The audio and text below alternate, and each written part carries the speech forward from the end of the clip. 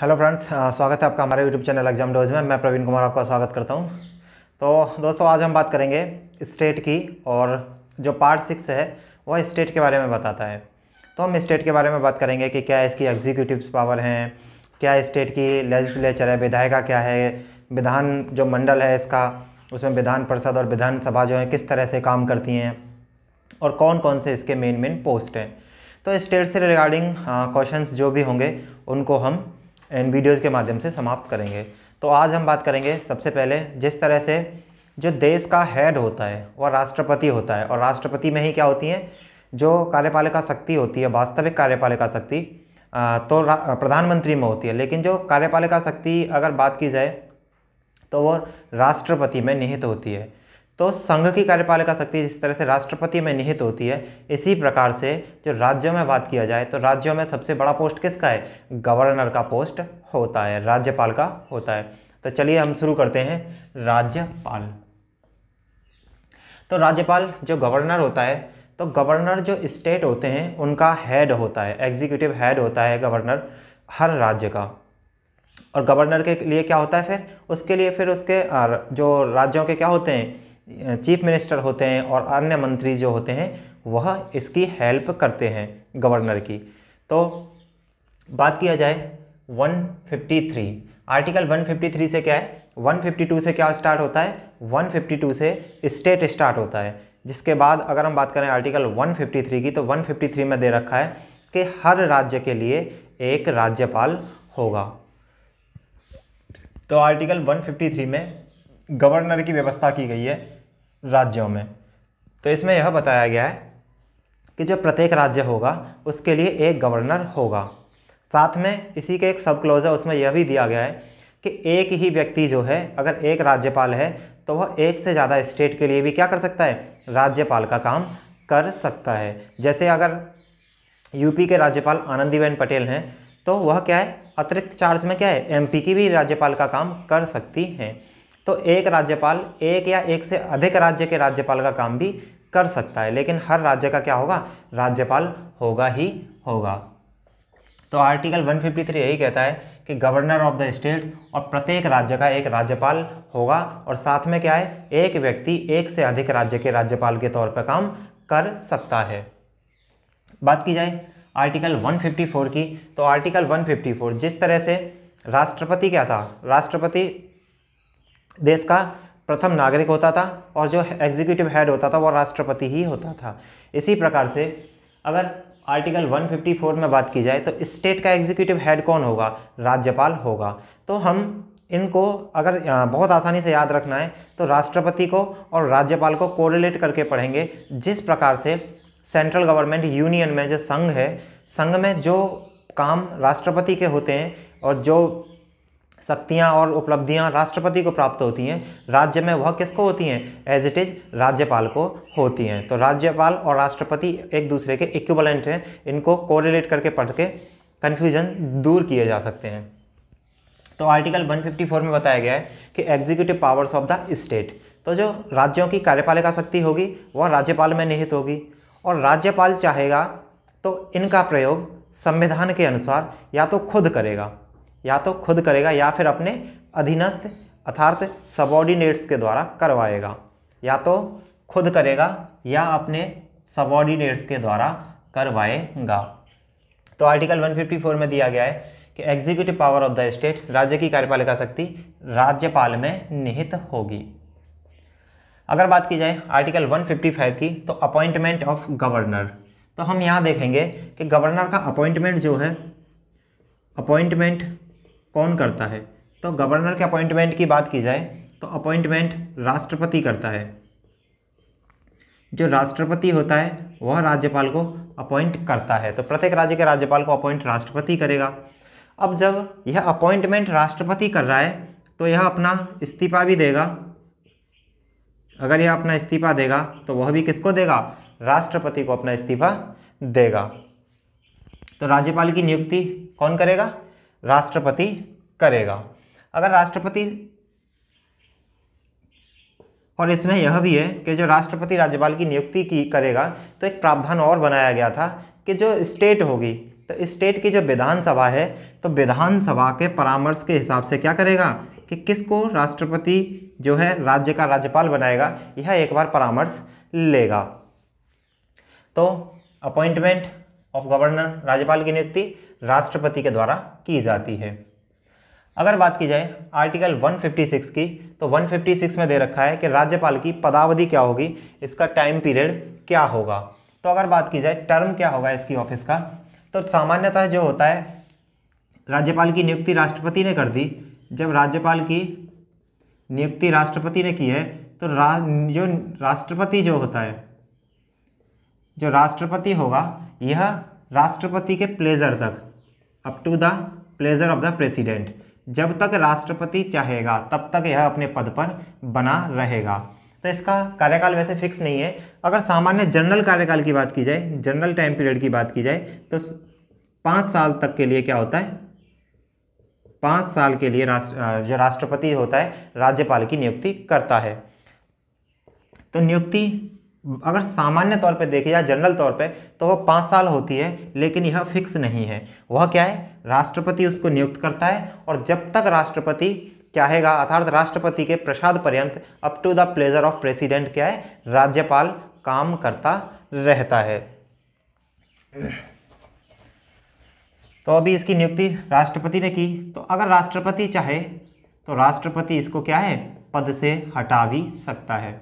तो राष्ट्रपति इसको पद से हटा भी सकता है, बीच कार्यकाल के दौरान ही राष्ट्रपति इसको पद से हटा सकता है। तो terms of government, terms of the office of governor normally up to the pleasure of president, और वैसे 5 साल, और बीच में भी इसको पद से हटा सकता है। अगर हम क्वालिफिकेशंस की बात करें कि राष्ट्रपति जो होता है, जो गवर्नर को नियुक्त करता है, तो गवर्नर की नियुक्ति के लिए उसकी क्वालिफिकेशंस क्या क्या होंगी, कौन व्यक्ति होगा जिसको क्या है, राष्ट्रपति गवर्नर बना सकता है। तो गवर्नर की नियुक्ति के लिए सबसे पहला प्रावधान कि वह भारत का नागरिक होना चाहिए, वह भारत का नागरिक होना चाहिए। दूसरा, अब चूंकि हम इसको राष्ट्रपति से रिलेट करके पढ़ेंगे, तो राष्ट्रपति के लिए भी जो एज थी वह 35 ईयर्स एज थी, मिनिमम एज 35 ईयर्स अगर किसी व्यक्ति की है तो उसको राष्ट्रपति चुना जा सकता है। इसी प्रकार से राज्यपाल के लिए भी मिनिमम एज 35 ईयर्स होगी। तो सबसे पहले वह भारत का नागरिक होना चाहिए और उसकी जो मिनिमम एज है 35 ईयर्स होनी चाहिए। और जो विधानमंडल होता है राज्यों का, उसका क्या है, वह सदस्य बनने लायक क्या होनी चाहिए, उसकी योग्यता होनी चाहिए। तो 35 साल का व्यक्ति होना चाहिए, भारत का नागरिक, और विधानमंडल के सदन का सदस्य बनने योग्य उसकी योग्यता होनी चाहिए। तो ऐसे व्यक्ति को जो है राष्ट्रपति क्या करते हैं, राज्यपाल नियुक्त कर सकते हैं। तो आर्टिकल 157 में हमने देखा कि क्या क्या क्वालिफिकेशंस होनी चाहिए अपॉइंटमेंट ऑफ गवर्नर। अब बात करेंगे आर्टिकल 159 में कि उसके पद के लिए क्या क्या शर्तें होंगी। तो उसके पद के लिए शर्तें होंगी कि जो भी राज्यपाल होगा वह क्या होगा, किसी भी सदन का सदस्य नहीं होगा। तो राज्यपाल अगर किसी ऐसे व्यक्ति को राज्यपाल चुन लिया जाता है जो किसी सदन का सदस्य है, तो जिस दिन से वह राज्यपाल के रूप में पद ग्रहण कर लेता है, उस दिन से उसका पद उस सदन में क्या है, खाली मान लिया जाता है। तो सबसे पहले वह किसी सदन का सदस्य नहीं होना चाहिए। अगर सदस्य भी है तो जिस दिन वह राज्यपाल के पद की शपथ ग्रहण करेगा, उस दिन से उसका पद उस सदन में खाली मान लिया जाएगा, रिक्त मान लिया जाएगा। दूसरा, कोई लाभ के पद पर नहीं होना चाहिए, अर्थात कोई ऐसे बिजनेस में लिप्त नहीं होना चाहिए जो क्या है, लाभ के पद के अंदर आता हो। तो किसी सदन का सदस्य नहीं होना चाहिए, लाभ का पद धारण नहीं किया होना चाहिए। और जो राज्यपाल के वेतन और भत्ते होते हैं, तो यह भी शर्त राज्यपाल के पद के लिए यह भी शर्त है कि जो उसके वेतन और भत्ते होंगे, पे एंड अलाउंसेस होंगे, वह उसके कार्यकाल के दौरान क्या है, कम नहीं किए जाएंगे। तो उसके पे और चेंजेस में क्या है, कोई भी चेंज नहीं होगा। साथ में जो राज्यपाल को उसकी जो फैसिलिटीज़ मिलती हैं, घर मिलता है रहने के लिए, तो वह सब उनका क्या है, उपभोग करेगा अपने कार्यकाल के दौरान। तो 158 कंडीशन शर्तें दे रखी थी कि वह किसी सदन का सदस्य नहीं होना चाहिए, कोई लाभ के पद पर ना हो, और वेतन और भत्ते उसके कम नहीं किए जाएंगे। अगर यहाँ बात की जाए वेतन और भत्ते में, तो मान लिया जाए कि अगर राज्यपाल जो है, एक व्यक्ति राज्यपाल जो है, मान लो वह यूपी का भी राज्यपाल है और वह एमपी का भी राज्यपाल है। मान लिया जाए कि जब कोई व्यक्ति दो राज्यों का राज्यपाल के रूप में कार्य कर रहा होगा तो वहाँ क्या है, जब इसकी सैलरी डिसाइड करने की बात आएगी तो यह दोनों राज्य क्या हैं, दोनों राज्य मिलके जो है राज्यपाल की सैलरी देंगे। ऐसा नहीं है कि यूपी के लिए उसको अलग सैलरी मिलेगी, जो पूरी सैलरी यूपी की तरफ से भी मिल रही है, यूपी के राज्यपाल के लिए भी, और एमपी के राज्यपाल के लिए भी मिल रही है। ऐसा नहीं होगा, जो उसकी सैलरी होती है उसको ये क्या है, आपस में डिवाइड कर लेंगे और यह डिसाइड करेगा संसद कि कितनी सैलरी, कितना परसेंटेज यूपी देगा और कितना एमपी देगा, लेकिन दोनों मिलकर देंगे। पूर्ण रूपे से ऐसा नहीं है कि यूपी भी पूरी सैलरी देगा और एमपी के सरकार से भी इसको सैलरी प्राप्त होगी, ऐसा नहीं होगा। अब बात करें आर्टिकल 159, तो आर्टिकल 159 में शपथ की बात की गई है। तो राज्यपाल, अगर हम बात करें राज्यपाल की, तो राज्यपाल की नियुक्ति को देखा हमने, नियुक्ति राष्ट्रपति द्वारा। तो अगर इसकी शपथ की बात की जाए तो इसकी जो शपथ होगी वह जो स्टेट का हाई कोर्ट होगा, जो स्टेट का हाई कोर्ट होगा उसका मुख्य न्यायाधीश के सामने यह क्या करेगा, मुख्य न्यायाधीश के सामने शपथ लेगा। अगर जो हाई कोर्ट का जो चीफ जस्टिस है अगर वह प्रेजेंट नहीं होता है तो जो वरिष्ठतम, जो भी सीनियर मोस्ट जज होगा उसके सामने क्या लेगा, ये शपथ लेता है। तो शपथ की बात आर्टिकल 159 में दे रखी है और यह हाई कोर्ट के मुख्य न्यायाधीश के सामने शपथ लेता है। और मुख्य न्यायाधीश अगर एब्सेंट है तो उसकी एब्सेंट में जो सीनियर मोस्ट जज होगा उसकी क्या करेगा, उसके समक्ष शपथ लेगा कौन, राज्यपाल। अब बात करें जिस प्रकार से राष्ट्रपति के पास कुछ क्षमादान शक्तियां होती हैं, जो राष्ट्रपति जो होता था वह मृत्युदंड को भी क्या करता था, क्षमादान की शक्ति उसको प्राप्त थी। तो यहाँ पे भी राज्यपाल को भी सेम क्षमादान की शक्तियां प्राप्त हैं। अगर इनमें डिफरेंस देखा जाए तो वह क्या है, राष्ट्रपति, यहाँ अगर हम राष्ट्रपति को देखें तो राष्ट्रपति को क्या था, क्षमादान की शक्ति थी, किसी भी दंड को कम कर सकता था, माफ़ कर सकता था, और साथ में क्या है वह मृत्युदंड को भी क्या करता था, माफ़ कर सकता था। लेकिन अगर राज्यपाल की बात की जाए तो राज्यपाल भी क्या है, किसी दंड को कम कर सकता है, क्षमा कर सकता है, लेकिन अगर बात मृत्युदंड होगा तो मृत्युदंड के मामले में क्षमादान की शक्ति राज्यपाल को प्राप्त नहीं है। जिस प्रकार से राष्ट्रपति को यहाँ पे जो भी केंद्र से रिलेटेड जितने भी सब्जेक्ट थे अगर उनके ऊपर क्राइम किया गया था तो इसको माफ़ करने की शक्ति थी राष्ट्रपति को, इसी प्रकार से राज्य सरकार के अंदर जो भी विषय हैं अगर उनके रिलेटेड अपराध है तो क्षमा करने की शक्ति राज्यपाल को प्राप्त है। तो इनमें कॉमन डिफरेंस देखा जाए तो मृत्युदंड को जहाँ मृत्युदंड को राष्ट्रपति माफ़ कर सकता था, यहाँ राज्यपाल मृत्युदंड को माफ़ नहीं कर सकता है। अगर अपराध जो है मान लिया जाए कि सेना न्यायालय द्वारा जब दंड दिया जाता था, तो सेना न्यायालय द्वारा जब दंड दिया जाता था तो इसको भी राष्ट्रपति क्या कर सकता था, माफ़ कर सकता था, क्योंकि राष्ट्रपति तीनों सेनाओं का सर्वोच्च सेनापति होता था। लेकिन राज्यपाल के पास यहाँ सेना न्यायालय के द्वारा जो दंड दिया जाता है उसको माफ़ करने की शक्ति नहीं है। तो बेसिक डिफरेंस देखा जाए तो आर्टिकल 161 में राज्यपाल को क्षमादान की शक्ति दी गई है, जिसमें मृत्युदंड को और सेना न्यायालय द्वारा जो दंड दिया जाता है उसको माफ़ करने की शक्ति राज्यपाल के पास नहीं होती है। राज्यपाल के वेतन और भत्तों की बात की जाए तो जो राज्यपाल के पे एंड अलाउंसेज होते हैं वह संसद विधि द्वारा क्या होते हैं, निर्धारित होते हैं। अगर यहीं पर राज्यपाल दो या दो से अधिक राज्यों के लिए एक ही राज्यपाल काम कर रहा है तो उसको जो वेतन मिलेंगे वो दोनों जो स्टेट्स होंगे वह आपस में डिवाइड करके क्या करेंगे, वेतन देंगे। यहीं पे अगर बात की जाए राज्यपाल की तो जो राज्यपाल होता है वह क्या होता है, राज्य का क्या होता है, एग्जीक्यूटिव हेड होता है, और वह अपनी शक्तियों का प्रयोग क्या करता है, स्वयं करता है या फिर अपने अधीनस्थों द्वारा करवाता है। तो जिस प्रकार से राष्ट्रपति को उसकी सहायता के लिए क्या मंत्रिपरिषद होती थी और एक प्रधानमंत्री होता था, इसी प्रकार से राज्यपाल की सहायता के लिए क्या होता है, एक मुख्यमंत्री होता है और अन्य मंत्री होते हैं। तो जो मुख्यमंत्री होता है उसकी नियुक्ति कौन करता है, राज्यपाल करेगा।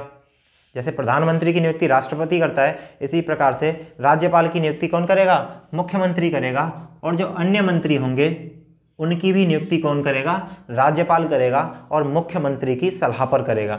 तो जो मुख्यमंत्री की नियुक्ति करेगा वह कौन करेगा? राज्यपाल। और अन्य मंत्रियों की नियुक्ति राज्यपाल करेगा मुख्यमंत्री की सलाह पर। जो राज्य के विश्वविद्यालय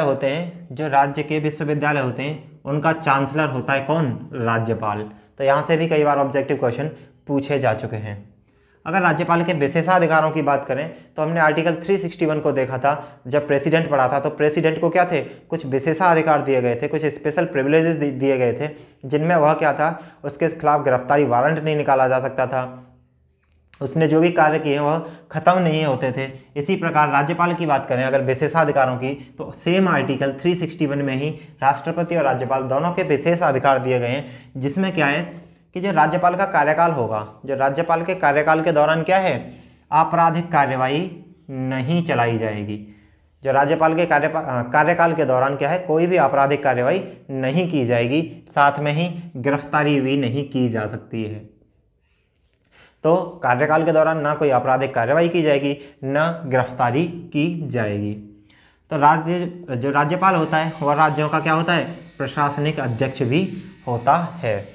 अगर और बात की जाए राज्यपाल के कार्यों की, तो जो विधानमंडल होता है, तो जिस प्रकार से संसद के सदनों को आहूत कौन करता है? राष्ट्रपति करता था। इसी प्रकार से विधानमंडल के जो सत्र होते हैं उनको आहूत और स्थगन कौन करता है? राज्यपाल करता है। अगर राज्य विधानसभा को भंग करने की बात आती है, तो जिस प्रकार से लोकसभा को भंग कौन करता है? राष्ट्रपति करता है प्रधानमंत्री की सलाह पर। इसी प्रकार से राज्य की विधानसभा को भंग करता है राज्यपाल और मुख्यमंत्री की सलाह पर, मुख्यमंत्री और उसके अन्य मंत्रिपरिषद की सलाह पर। तो हमने राज्यपाल को देखा। राज्यपाल का प्रावधान आर्टिकल 153 में दिया गया था। एग्जीक्यूटिव हेड जो था स्टेट का राज्यपाल होता है और अपॉइंट बाय द प्रेसिडेंट। और इसके टर्म्स ऑफ ऑफिस की बात की जाए तो सामान्य कार्यकाल 5 वर्ष का, लेकिन जो इसका जो होता है राष्ट्रपति के प्लेजर तक यह काम करता है। कंडीशन की बात की जाए कि इसकी ऑफिस की क्या क्या कंडीशन होंगी, माफ़ कीजिए, इसके क्वालिफिकेशंस की बात की जाए तो क्वालिफिकेशन में सबसे पहले जो है 35 ईयर्स का एज होना चाहिए, भारत का नागरिक होना चाहिए और जो विधानमंडल है उसका सदस्य बनने के लायक योग्यता होनी चाहिए। कंडीशन में बात की जाए तो किसी भी सदन का सदस्य नहीं होगा, कोई लाभ के पद पर भी नहीं होगा और इसके वेतन और भत्ते इसके कार्यकाल के दौरान कम नहीं किए जा सकते। ओथ जो होती है, ओथ और एफर्मेशन की बात की जाए तो राज्यपाल जो है हाई कोर्ट के मुख्य न्यायाधीश के सामने क्या करता है? शपथ लेता है। क्षमादान की शक्ति आर्टिकल 161 में। तो उम्मीद करता हूँ आपको ये राज्यपाल से रिलेटेड जो वीडियो है वह समझ में आया होगा और एक जो इनको कोरिलेट करके पढ़ने की जो समझ विकसित हुई होगी, जिससे कि आप इसको लंबे समय तक याद रख सकते हैं। अगर आपको हमारा वीडियो अच्छा लगा हो तो लाइक करें, शेयर करें, सब्सक्राइब करें। Thank you.